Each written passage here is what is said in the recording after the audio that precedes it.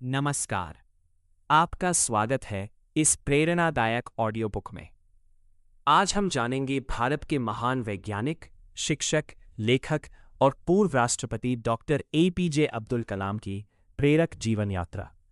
एक ऐसे व्यक्ति की कहानी जिन्होंने गरीबी और संघर्ष से उठकर भारत के सर्वोच्च संवैधानिक पद तक का सफर तय किया और करोड़ों युवाओं को बड़े सपने देखने की प्रेरणा दी। वे भारत के 11वें राष्ट्रपति रहे और अपने वैज्ञानिक योगदान के कारण मिसाइल मैन ऑफ इंडिया तथा अपने सादगीपूर्ण व्यक्तित्व के कारण पीपल्स प्रेसिडेंट कहलाए। डॉक्टर एपीजे अब्दुल कलाम का पूरा नाम अवुल पकीर जैनुलाब्दीन अब्दुल कलाम था।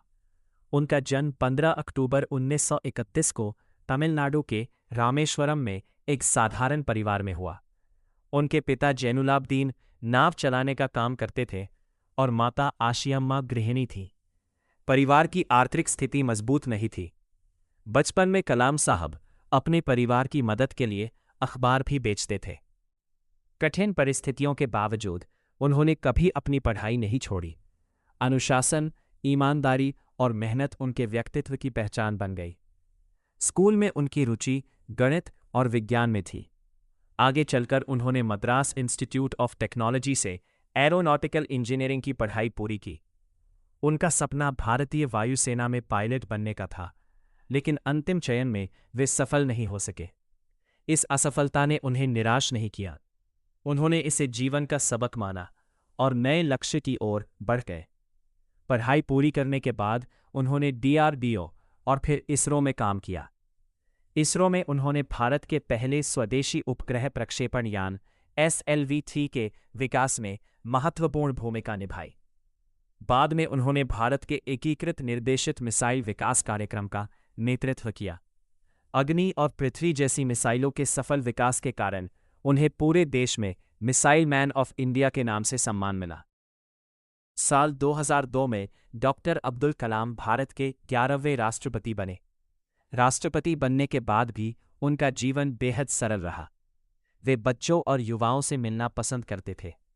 उनका मानना था कि भारत का भविष्य युवाओं के सपनों और उनकी मेहनत पर निर्भर करता है। इसलिए वे देश भर के स्कूलों और कॉलेजों में जाकर छात्रों को प्रेरित करते रहे। डॉक्टर कलाम ने कई प्रेरणादायक पुस्तकें लिखीं, जिनमें wings of fire, ignited minds और इंडिया 2020 विशेष रूप से प्रसिद्ध है। उनका सबसे प्रसिद्ध संदेश था, सपना वह नहीं जो आप सोते समय देखते हैं, सपना वह है जो आपको सोने ना दे।